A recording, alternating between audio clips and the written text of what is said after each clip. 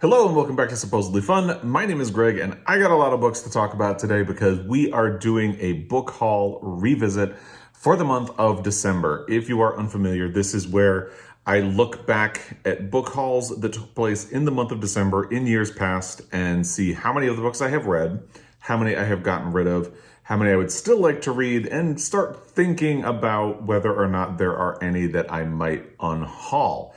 It's my way of trying to force myself to think about how I purchase books, how I actually read books, and hopefully over time it is making me a more intentional book purchaser. I've learned a lot about how I read books and what I'm better off purchasing and what I'm better off sort of maybe waiting and getting from the library, and it's been a helpful process for me and hopefully it's entertaining for you.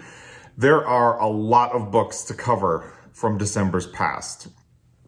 Interestingly, usually the first year I was on BookTube, which was 2019, is the year that has the largest book hauls by far. And then 2020 slows down a little bit, and then 2021 is significantly smaller. This is going to be the opposite. December of last year is massive. December 2019 is very small. But there's a good reason for that. Let's dive right in. Before we do, I should also add, I'm not going to spend a lot of time talking about what these books are about. So if you want more information about the books themselves, I will talk a little bit about it, but I'm not going to give you like a plot summary or anything like that. If you would like that, you should check out the original book haul video. I will have links to all of them down below in the description box, so feel free to check those out if you want more information about the books that I am about to talk about.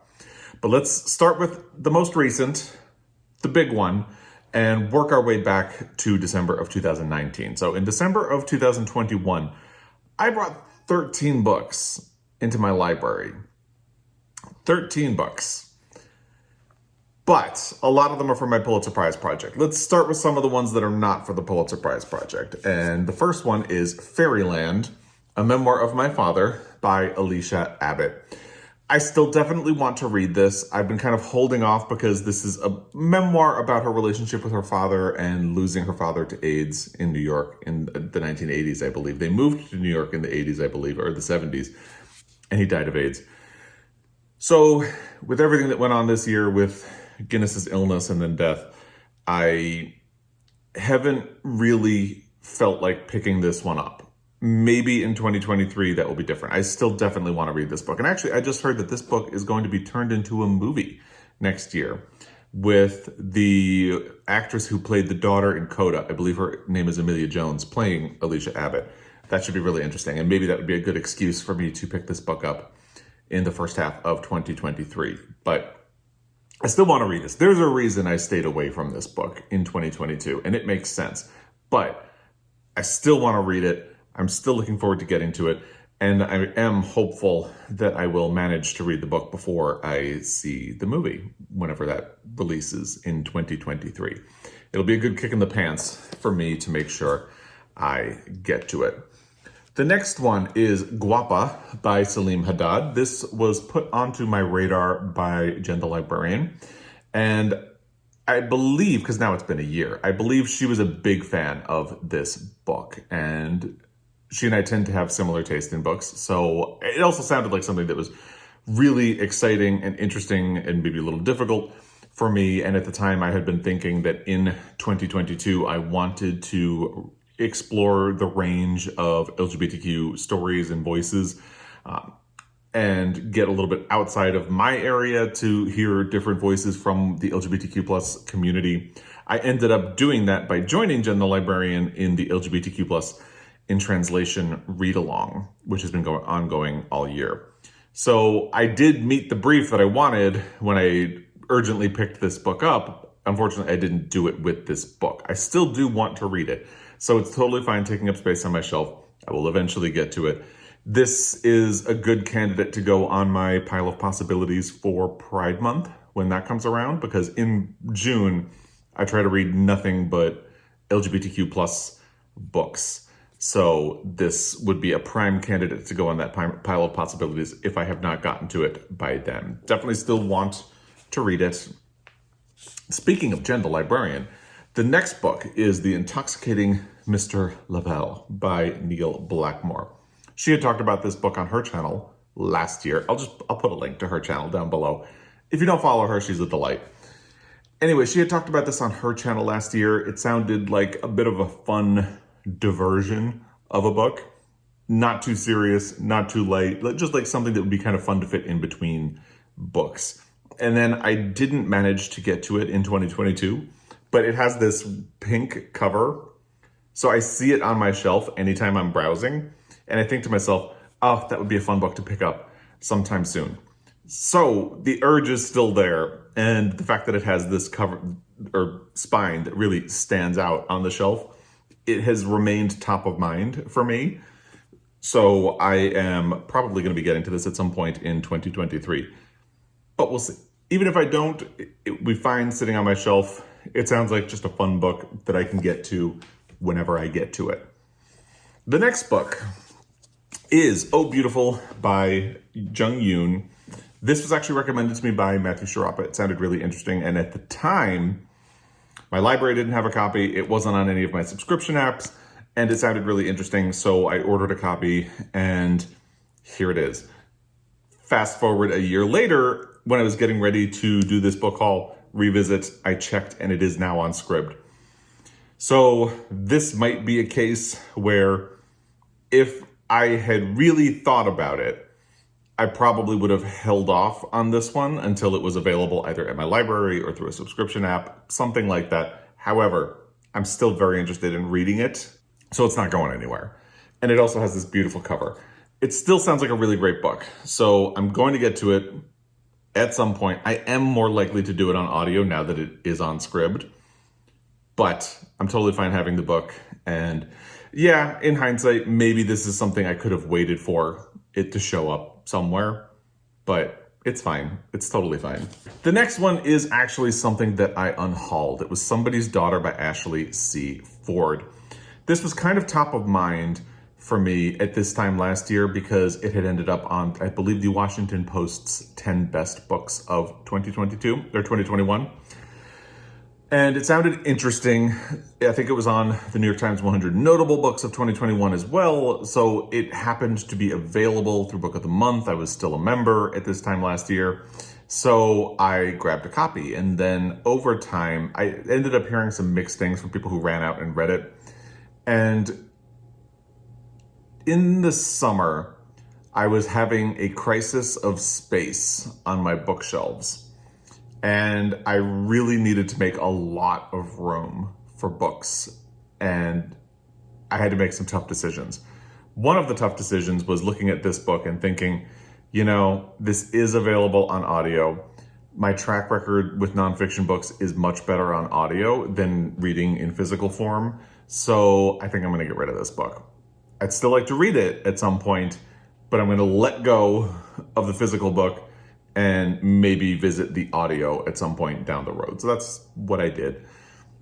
It is what it is. And the next one actually kind of ties into a similar thing. It's Tastemakers, 7 Immigrant Women Who Revolutionized Food in America by Mayukh Sen. Sounds fascinating. This is another Book of the Month title.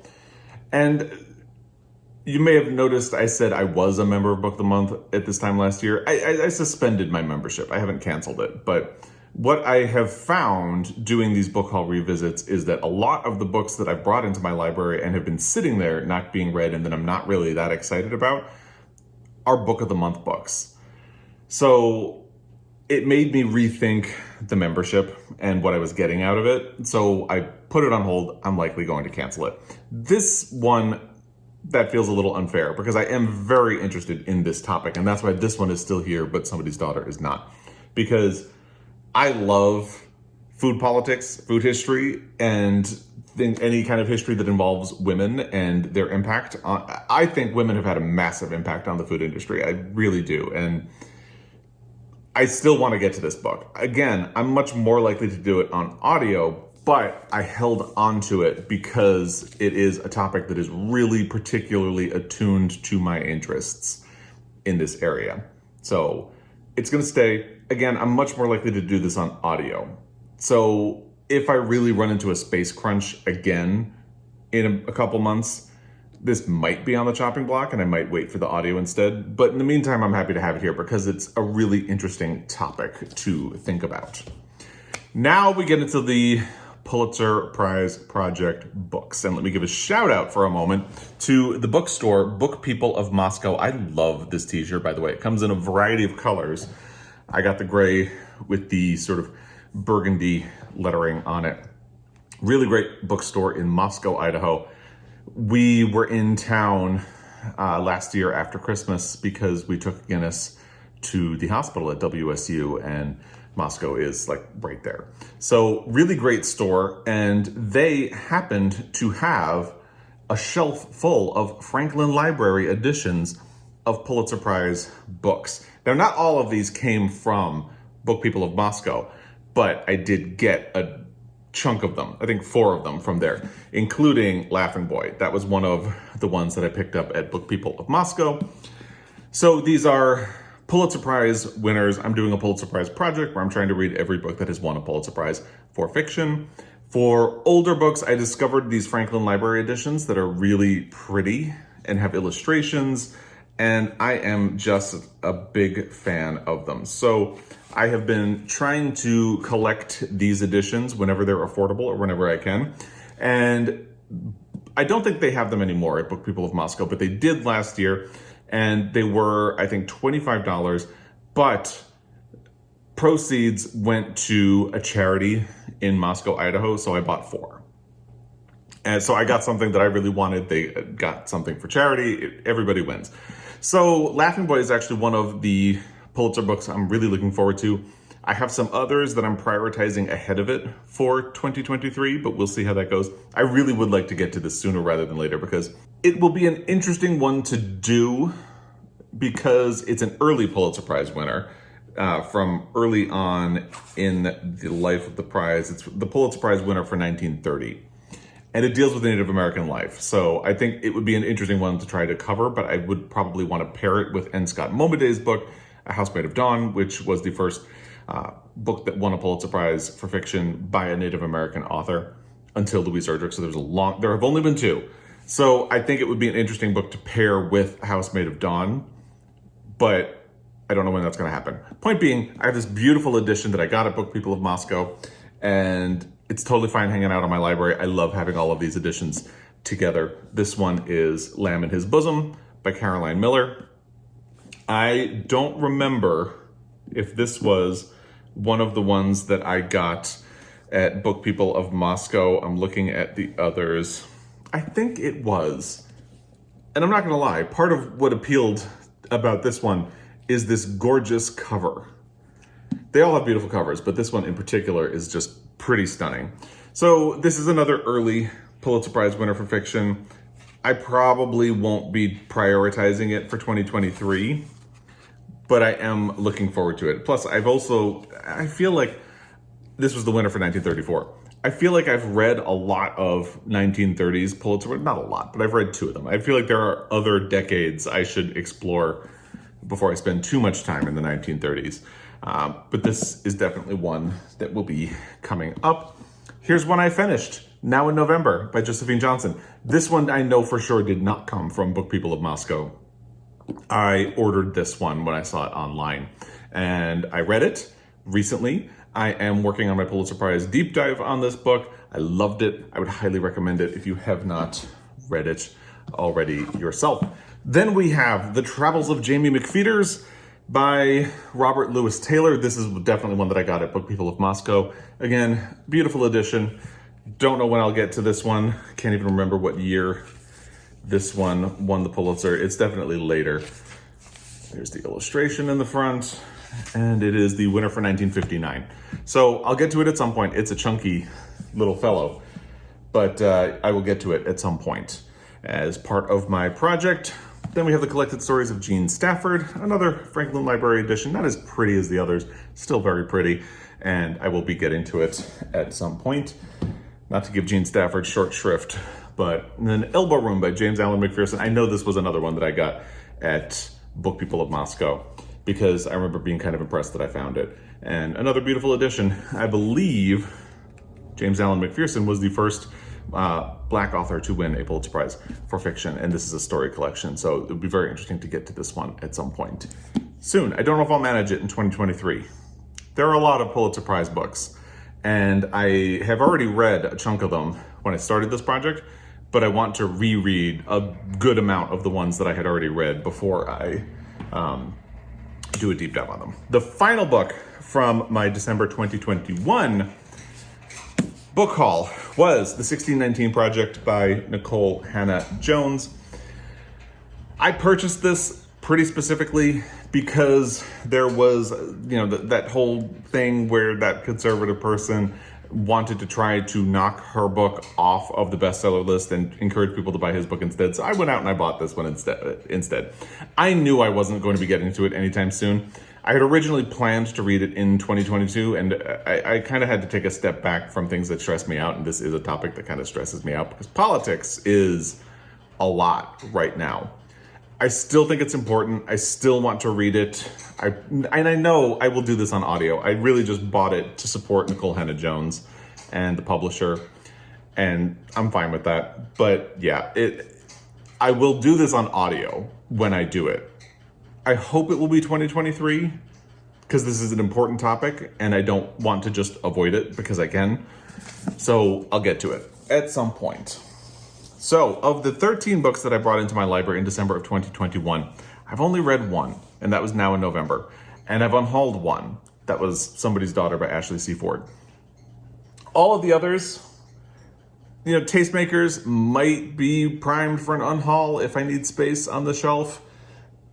I feel like if I really needed room, I might get rid of Oh Beautiful because I have the option of doing it on audio now. But by and large, this is a solid group of books, even though there are a lot of them. And a good chunk of them, 1, 2, 3, 4, 5, 6, are for my Pulitzer Prize project. And they're Franklin Library editions that I will really love to have on my bookshelves because they're pretty. Maybe that's shallow. I don't care.